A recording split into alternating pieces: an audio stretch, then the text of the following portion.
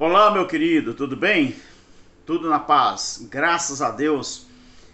Nossa família eterna, né? Uma família linda, a nossa família, o qual nós amamos, nós nos preocupamos com o crescimento espiritual dos nossos irmãos, graças a Deus. Meu querido, neste vídeo eu vou fazer um pequeno comentário sobre a ressurreição e a transfiguração ali de 1 Coríntios capítulo 15.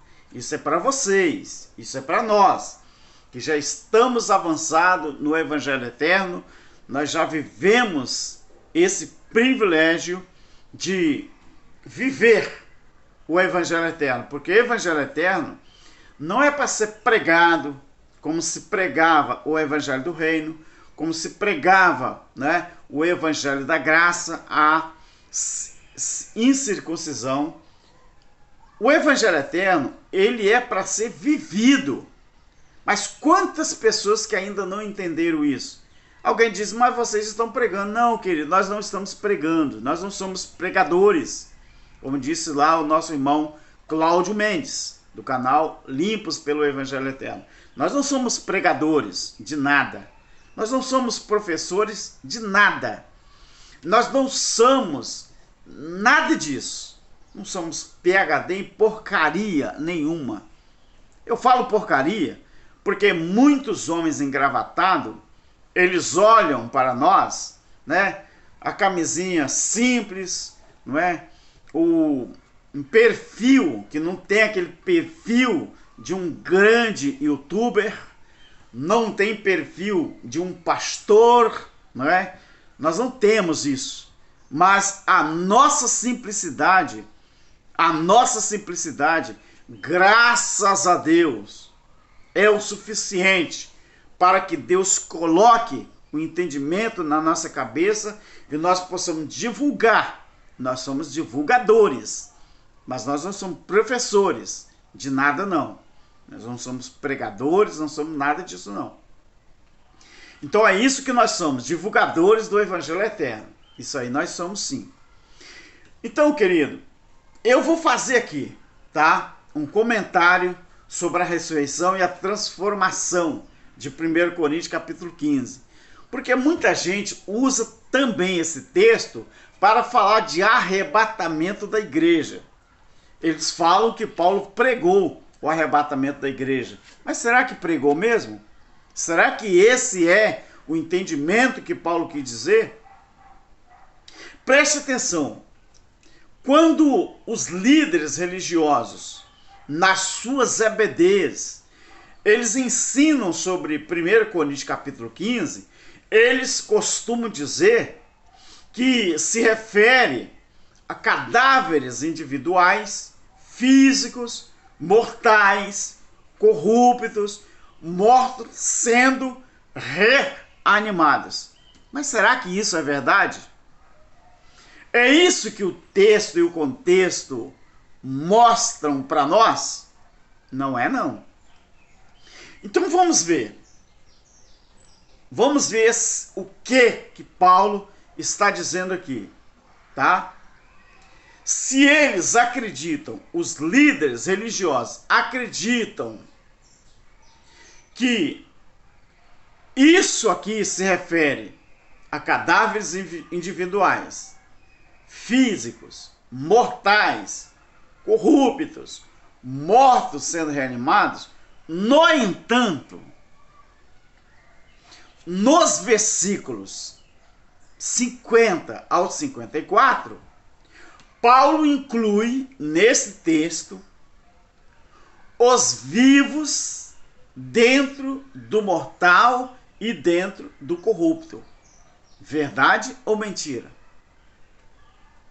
Ou seja, eles estavam vivos quando mudaram no retorno do Senhor.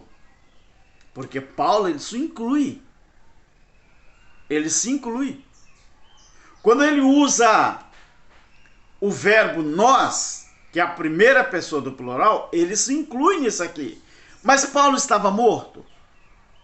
Não. Paulo estava vivo. Ele diz, nós, os que ficarmos vivos. Então ele inclui, Paulo, ele inclui os vivos dentro do mortal e dentro do corrupto. Eles estavam vivos. Quando eles mudaram no retorno do Senhor, embora Paulo não estava vivo quando o Filho do Homem se manifestou, porque era o juízo de Deus contra Israel, no entanto, os outros irmãos que Paulo estava ensinando estavam vivos. Então, meus queridos, isso não deveria, entre muitos outros argumentos, fazer com que as pessoas, pelo menos, considerassem que, afinal, ele, o apóstolo Paulo, não estava lidando com esta visão tradicional. Será que é isso? E aí? Então, como Paulo continuou ensinando nos versículos 55 ao 56, os 55 ao 56, ele continuou ensinando a ideia daquela transformação, daquela ressurreição, era sobre eles serem mudados, não é?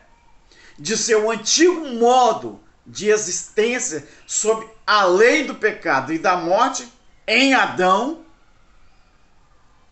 e é claro, portanto, em Moisés,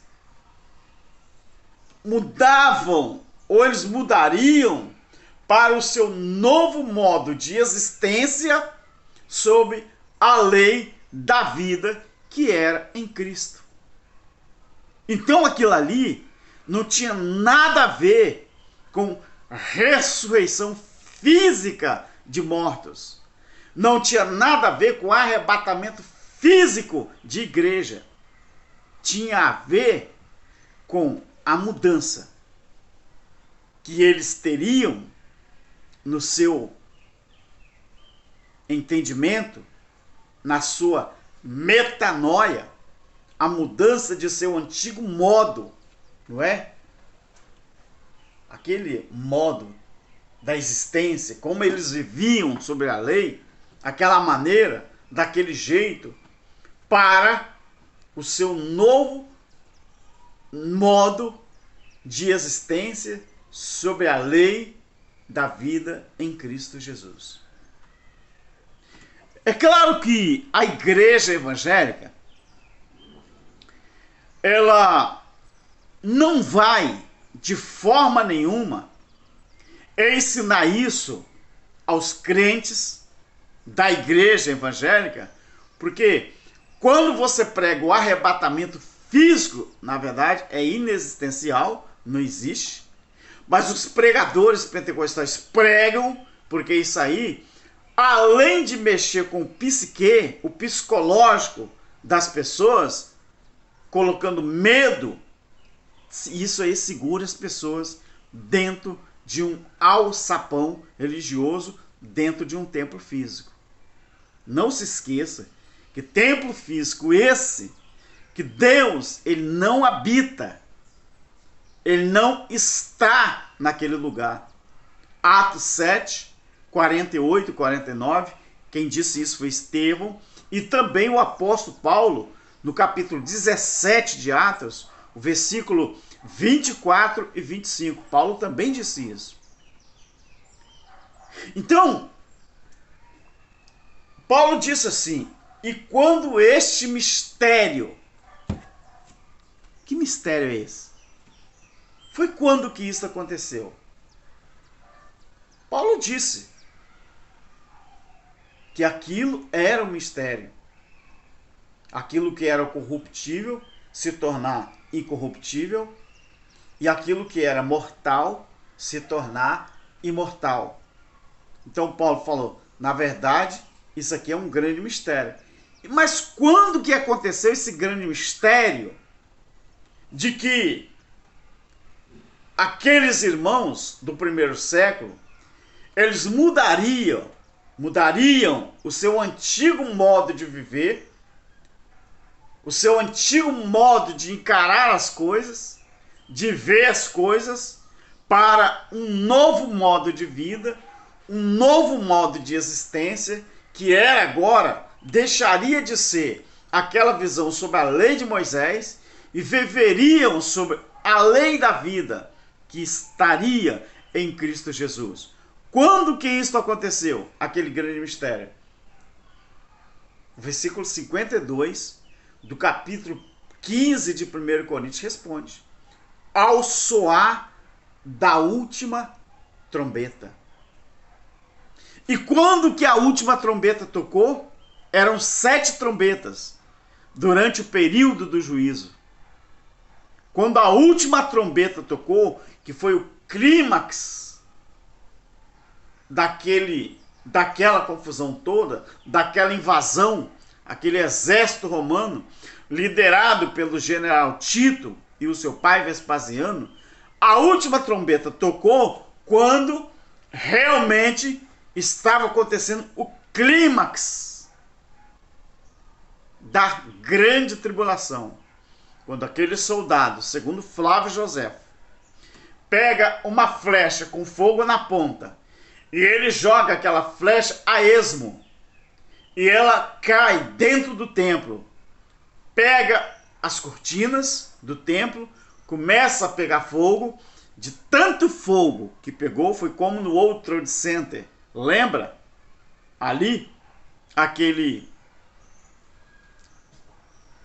eu ia usar um nome aqui, mas não vou usar não, porque eu ainda tenho certa desconfiança. Mas quando aquela tragédia aconteceu no World Trade Center, né? O centro financeiro do mundo, não é? Aqueles 2 aviões bateram, uma na Torre Sul, uma na Torre Norte, e bateu. Então o clímax do juízo foi quando o templo em Jerusalém ruiu. Ao tocar da última trombeta, esse mistério iria acontecer. Por isso que Paulo diz, foi por isso que Paulo diz que foi um mistério. Por que que foi um mistério? Porque foi espiritual, não foi físico. Então, querido, não era nada mais, nada menos do que isso. Era a transformação na metanoia, na mente. E quando Paulo disse que depois nós, o que ficarmos vivos, ao soar da última trombeta, Paulo diz que todos encontraria o Senhor nos ares. Aí muita gente pensa que é numa nuvem, é realmente num lugar alto, elevado. Ares. Quando você diz assim, e aí, como é que você tá? Aí você fala, eu estou respirando novos ares. Você está respirando uma nova atmosfera. Você está respirando um ar melhor, um ar limpo. Então, quando ele diz nos ares, ele não quis dizer em um outro lugar. Ele quis dizer uma nova forma de enxergar. Estaremos para sempre com o Senhor e nos ares, encontraremos o Senhor nos ares. Ou seja, um novo estilo de vida, uma nova forma de pensar, uma nova forma de ver as coisas. Era isso que Paulo falava. Mas isso era a linguagem dos judeus. E eles entendiam quando usava-se, não é? Esse tipo de linguajar, não é? Essa linguagem de figura ou figura de linguagem. Então, era isso. Este é o comentário sobre a ressurreição e a transformação de 1 Coríntios 15. Que Deus abençoe e estamos juntos, meus queridos, a minha família na fé, chamada Família do Evangelho Eterno. Um grande abraço para todos, dá o seu like, dê o seu joinha aí, se inscreve no nosso canal, compartilhe nossos vídeos, deixe o seu comentário e tem um valeu demais aí, tá? Tem um valeu demais aí. Eu já consegui, graças a Deus, já estamos mudando alguma coisa, tá bom? E se Deus quiser, as coisas vão melhorar cada dia mais. Um abraço, nosso irmão Cláudio Mendes, do canal Limpos pelo Evangelho Eterno. Tchau, fiquem em paz. Amém.